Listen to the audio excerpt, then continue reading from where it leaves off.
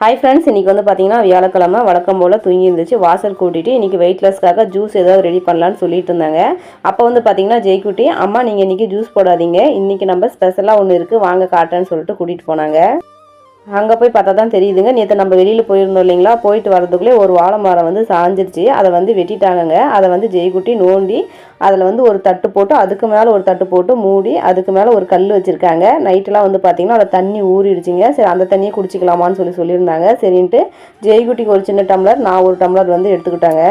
ரொம்ப கஷ்டமாக தாங்க இருந்துச்சு. என்னால் கண்டிப்பாக குடிக்கவே முடியல. ஜெய்குட்டி கூட அந்தளவு குடிச்சிட்டான் சீக்கிரம். என்னால் அவ்வளோ சீக்கிரம் குடிக்க முடியலங்க. ரொம்பவே கஷ்டப்பட்டு குடிச்சிட்டு சமைக்க ஆரம்பிச்சிட்டாங்க. இன்றைக்கி சாப்பாடு சொரக்காய் கூட்டு, புடலங்காய் பொரியல் செஞ்சுருந்தாங்க. 2 பேர்த்தையும் அழகாக சூப்பராக சாப்பிட வச்சு இன்னைக்கு ஸ்கூல் கிளம்ப வச்சு அனுப்பி விட்டுட்டாங்க. அதுக்கப்புறம் பார்த்தீங்கன்னா நம்ம ஹெர்பல் ஹேர் ஆயில் வந்து ரெடி பண்ண ஆரம்பிச்சிட்டேன். நிறைய பேர் இந்த ஹெர்பல் ஹேர் ஆயில் வாங்கிட்டு யூஸ் பண்ணிவிட்டு ரொம்பவே சூப்பராக இருக்குன்னு நிறைய ஆர்டர் கொடுத்துட்ருக்காங்கங்க. அவங்களுக்காக ரெடி பண்ணிகிட்டு இருந்தேன்.